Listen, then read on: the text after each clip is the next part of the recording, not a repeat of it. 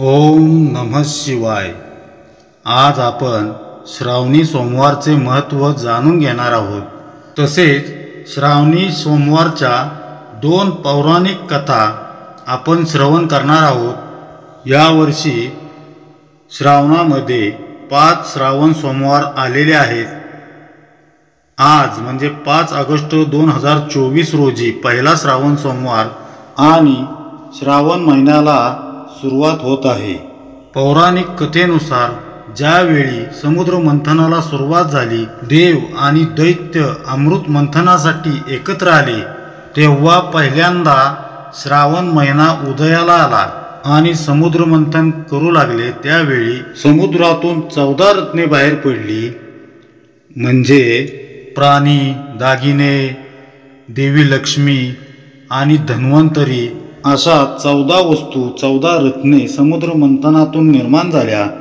पण त्यामधील एक विशिष्ट अशी वस्तू म्हणजे हलाहल विष। हलाहल विष एवढे घातक होते की त्याच्या संपर्कात येणाऱ्या प्रत्येक जण मृत्युमुखी पडू लागला आणि त्या ठिकाणी एकच गोंधळ उडू लागला।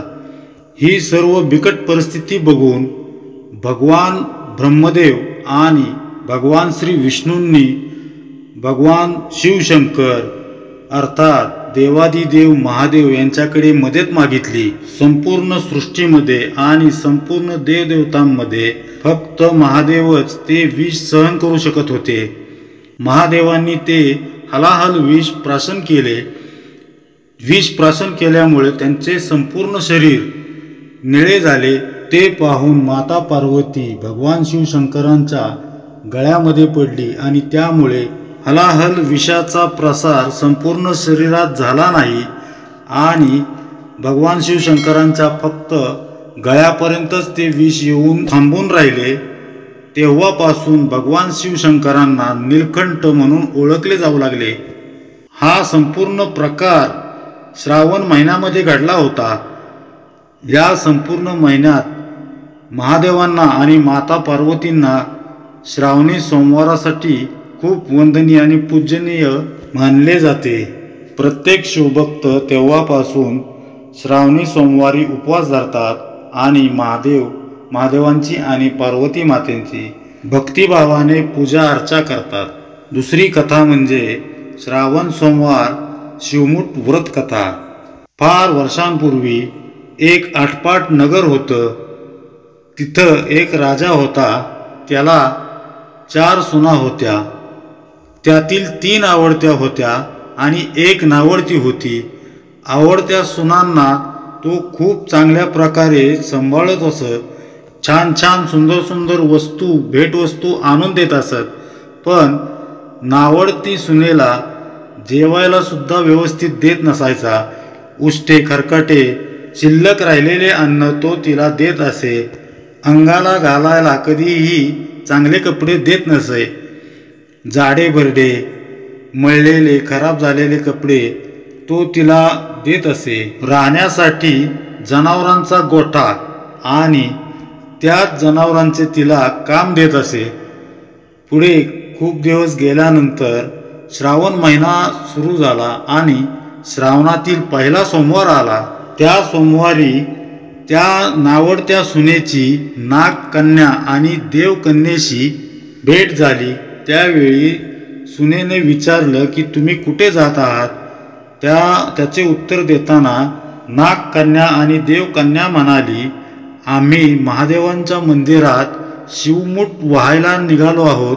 ते ऐकून नावडत्या सुनेने विचारले, असं केल्यामुळे काय होते? नागकन्या आणि देवकन्या बोलू लागल्या की आपली भक्ती होते। आपण जे इच्छिलेले कार्य असते ते कार्य सिद्धीला जाते। एखाद्याला मुलबाळ नसेल तर मुलबाळ होते।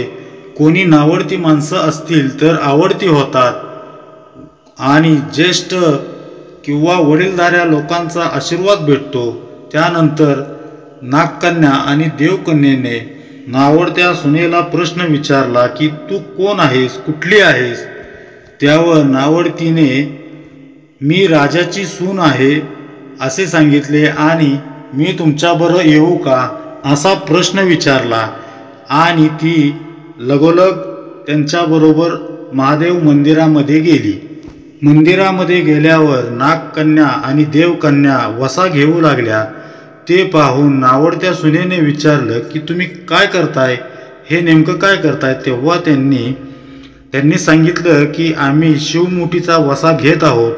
ते ऐकून नावडत्या सुनेने प्रश्न केला की या वशासाठी नेमकं काय करावं लागतं ते कृपा करून मला सांगा.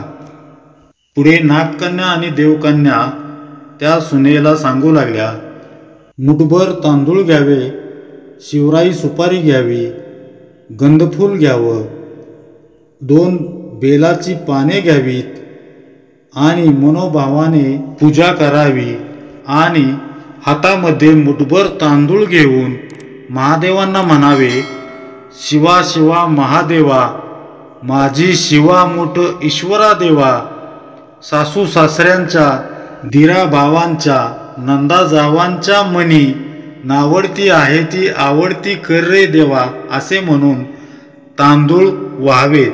संध्याकाळपर्यंत उपवास करावा. जर उपवास होत नसेल तर दूध प्यावं. संध्याकाळी अंघोळ करावी. देवाला पुन्हा बेल व्हावा आणि प्रसन्नतेने आणि शांततेने उपवास सोडावा. हा वसा 5 वर्ष करावा. पहिल्या सोमवारी तांदूळ घ्यावेत, दुसऱ्या सोमवारी तीळ घ्यावेत, तिसऱ्या सोमवारी मूग घ्यावे, चौथ्याला जव घ्यावेत आणि 5व्या सोमवारी सातू घेऊन हे शिवमुठ व्रत करावे. हे ऐकून नावडत्या सुनेने त्या सोमवारी पहिल्या सोमवारी त्या नागकन्या आणि देवकन्येकडून साहित्य घेऊन व्रत सुरू केले. त्या दिवशी नावडत्या सुनेने मनोभावे महादेवांची पूजा केली. संपूर्ण दिवस उपवास धरला. जरी तिच्या सवतींनी तिला दिलेले जेवणाचे ताट तिने गाईला घातले. पुढे दुसरा सोमवार आला. नावडत्या सुनेने घरातून गपचूप सर्व सामान घेतले आणि नागकन्येबरोबर जाऊन मनोभावाने पूजा केली. नागकन्या आणि देवकन्यांनी सांगितल्याप्रमाणे विधी करून महादेवांना तीळ वाहिले आणि संपूर्ण दिवस नावडत्या सुनेने उपवास केला. घरी आल्यावर संध्याकाळी तिच्याकडे राजा येतो आणि विचारतो, सुनबाई तू कोणत्या देवळात जातेस आणि तुझा देव कुठे आहे. यावर नावडत्या सुनेने सांगितले, माझा देव खूप लांब आहे. तेथील रस्ते खूप कठीण आहेत. त्या वाटेवरती काटेकुटे आहेत, साप आणि जंगली प्राणी आहेत. अशा ठिकाणी माझा देव राहतो. राजाला थोडा संशय येऊ लागला. म्हणून त्याने ठरवले की हिच्यावरती थोडीशी पाळत ठेवावी. पुढे तिसरा सोमवार आला. नावडत्या सुनेने पूजेचे सर्व सामान घेऊन मंदिराकडे निघाली. त्यावेळी घरातील सर्व मंडळी आणि राजा स्वतः तिची पाळत ठेवून तिच्या पाठीमागे निघाला. नावडत्या राणीचा नेहमीचा सराव होता, त्यामुळं तिला काहीही वेदना झाल्या नाहीत. परंतु मागून येणाऱ्या सर्व मंडळींना काटेकुटे आणि रस्त्यात येणाऱ्या अडचणींना तोंड द्यावं लागलं आणि खूप त्रास होऊ लागला. म्हणून त्यांनी नावडतीला हाक मारली आणि थांबवलं आणि म्हटले, अगं नावडती, तुझा देव नेमका कुठे आहे तो आम्हाला दाखव. नावडतीला दया येऊ लागली आणि तिला चिंता पडायला लागली. तिने देवाला प्रार्थना करायला सुरुवात केली आणि देवालाही तिची करुणा आली. त्यावेळी नागकन्या आणि देवकन्या आणि संपूर्ण मंदिर सुवर्णाचं झाले. मंदिराचे खांब रत्नजडित झाले. सगळ्यांना आश्चर्याचा धक्का बसला. सर्वांनी देवाचे आणि मंदिराचे आणि देवाचे दर्शन घेतले आणि पुढे नावडती विधिवत ज्याप्रमाणे नागकन्या आणि देवकन्यांनी तिला सांगितलेली पूजा होती त्याप्रमाणे तिनं विधिवत पूजा करायला सुरुवात केली. पुढे ती शिवमुठ घेऊन शिवा शिवा महादेवा, माझी शिवामुठ ईश्वरा देवा, सासू सासऱ्यांच्या, दिरा भावांच्या, नंदा जावांच्या, नावडती असेल त्यांच्या आवडती कर रे देवा, असे म्हणून महादेवांना ती मूठ वाहिली। हे सर्व प्रकार पाहून राजाला आणि घरच्या लोकांना खूप आनंद झाला आणि त्यांचे त्या नावडती सुनेवर खूप प्रेम वाढले। नावडत्या सुनेची पूजा पूर्ण झाली। पूजा झाल्यावर सर्वजण घरी आले, पण राजा पुन्हा माघारी मंदिराकडे गेला। त्यावेळी तेथील मंदिर अदृश्य झालेले होते आणि त्या ठिकाणी एक छोटंसं मंदिर आणि महादेवाची पिंड त्या ठिकाणी साकार झालेली होती। त्याने मनोभावे नमस्कार करून पुन्हा घरी आला। त्यावेळी आपल्या नावडत्या सुनेला त्याने विचारले, हे असं कसं शक्य आहे? हे असं झालंच कसं?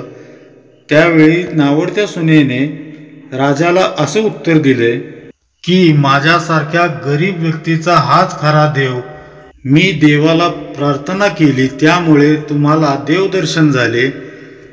ते ऐकून राजा खूप खुश झाला। आपल्या सुनेमुळे आपल्याला देव भेटला।